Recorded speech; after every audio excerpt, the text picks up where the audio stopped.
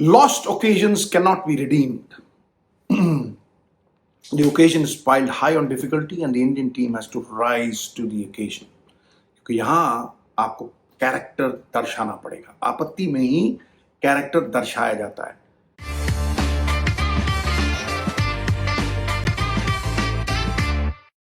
इतना बता दूं कि भाई अगर आज आप जीतने के लिए नहीं खेलेंगे, उस माइंडसेट से नहीं जाएंगे, बचना तो असंभव है.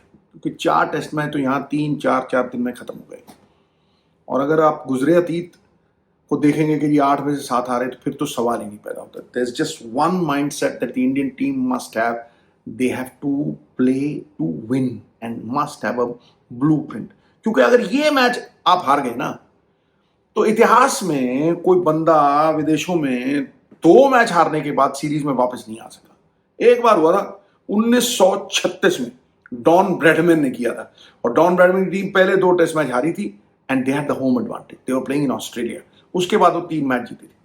सो देयरफॉर अगर आपको ये पता है कि यार यहां पे अगर हम मैच हार गए तो वापसी नहीं है, इरिपेरेबल डैमेज हो जाएगा, तो सबसे पहली बात आप क्या सोचोगे? अगर मैं हूं मैनेजर, कोच, जो भी हूं, मैं कहूंगा यार बुमराह साहब को यहां खिलाना अनिवार्य है. क्योंकि 2 तरह की क्रिकेट हो रही है. जब बुमराह आते हैं लोग रोकते हैं, ठीक है, और दूसरी तरफ बेसबॉल खेलते हैं. बेसबॉल रुकता तभी है जब बुमराह आते हैं, ठीक है. और दूसरी बात, अगर आप यहां पे बचने के लिए जाएंगे या आप ये कहें कि नेगेटिव बॉलिंग डाल के आप रिस्ट्रिक्टिव बॉलिंग डालेंगे, इंग्लैंड वो करने नहीं देती. क्योंकि वो या तो स्विच हिट निकालते हैं, अगर स्विच हिट नहीं तो फिर वो दूसरा शॉट निकालते हैं, रिवर्स स्वीप निकालते हैं. मतलब हर तरह से वो उस चीज को काउंटर करते हैं. दूसरी बात, माइंडसेट अगर जीतने का है तो भाई ये साध्य की प्राप्ति तो परिणाम मात्र है, असली कारण तो साधन है ना. साधन आपकी स्ट्रेंथ क्या है? यहां पे पिछले 5 मैचों में 4 मैच बंदा जो पहले फील्डिंग करता है ना, वो जीता है. पहले बैटिंग करने वाला एक जीता है. लेकिन जब भारत जीती है, चाहे हेडिंगली हो, तो सौरव गांगुली 2 स्पिनर खिला के पहले बैटिंग करके जीते थे. और यहां पे भी आपको उसी माइंडसेट से अपनी स्ट्रेंथ के ऊपर खेलना पड़ेगा. You can't build castles in the air. You will have to actually back your own strength.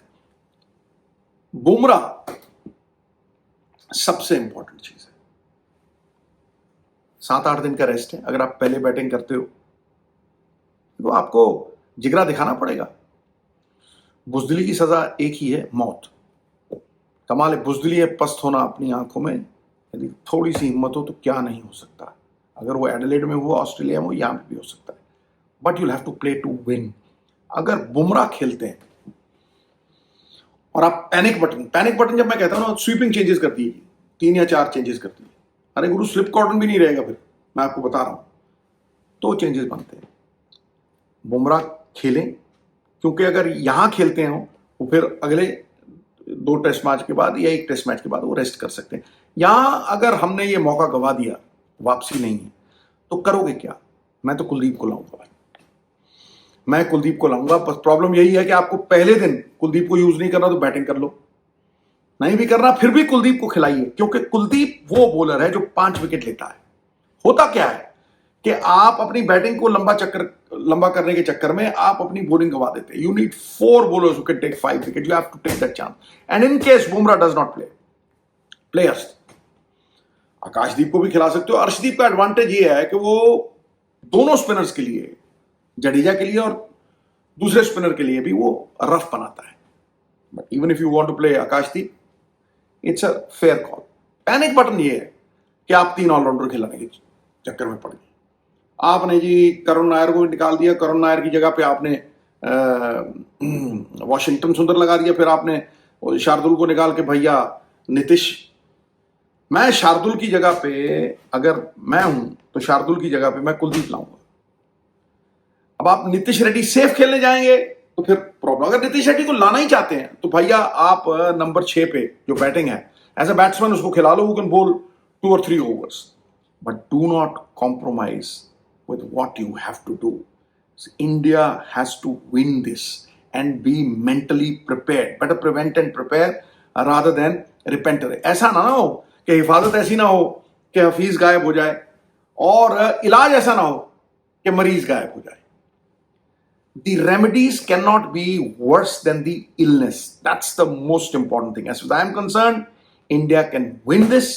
This is a dry summer. Global warming की बात छोड़ो, dry summer है, ठीक है? And the spinners have come into play over here. मैं आपको ये बता दूं, 2020 की बात है, 19 की, नेथन लायन ने यहीं 6 विकेट लेके ऑस्ट्रेलिया को मैच जिताया. But for that the most important thing is कि भैया आपके जो बैट्समैन है ना, वो they should value their wicket, और वैल्यू करने के बाद you have to find ways. जैसे शुभमन ने इस्तेकबाल किया अपनी प्रेस कॉन्फ्रेंस में कि भैया मैं 50 रन और बना सकता था. You got to score big daddy hundreds. Big daddy 100 means भैया 200 ही कर दो. जब सेट हो गया ना 20-30, गावस्कर कहा करते थे मैं पहले 20 बनाता हूं ना, उसके बाद आसान है सब कुछ. And it is Sunil Gavaskar who said that his best innings in a lifetime is this Birmingham में 52. आप लोग कहेंगे यार 52, भैया 52 is, how is 52 the best innings of Sunil Gavaskar? Because of the conditions. आप इन कंडीशंस में अपनी लेंथ को देखिए. अगर बुमराह के अलावा जो दूसरे बॉलर थे वो इफेक्टिव नहीं हो पाए, उसका कारण यह है कि आप 7-8 मीटर वाली लेंथ डाल रहे हो. प्रसिद्ध कृष्णा बार बार शॉर्ट और वाइड रूम, और वो उनकी स्ट्रेंथ है. अगर आप आगे ले जाएं 1.5-2 फुट 6 मीटर वाली लेंथ पे डालें, फिर उस अनिश्चितताओं की गली में गेंद डालेंगे, मैं कहता हूं you will have those results. Because यहां पे स्पंजी विकेट है, स्पंजी कंडीशन है. गेंद पड़ता है, हल्का सा थमता है, शरारत हरारत दोनों करता है, और फिर साइडवेज मूवमेंट होती है.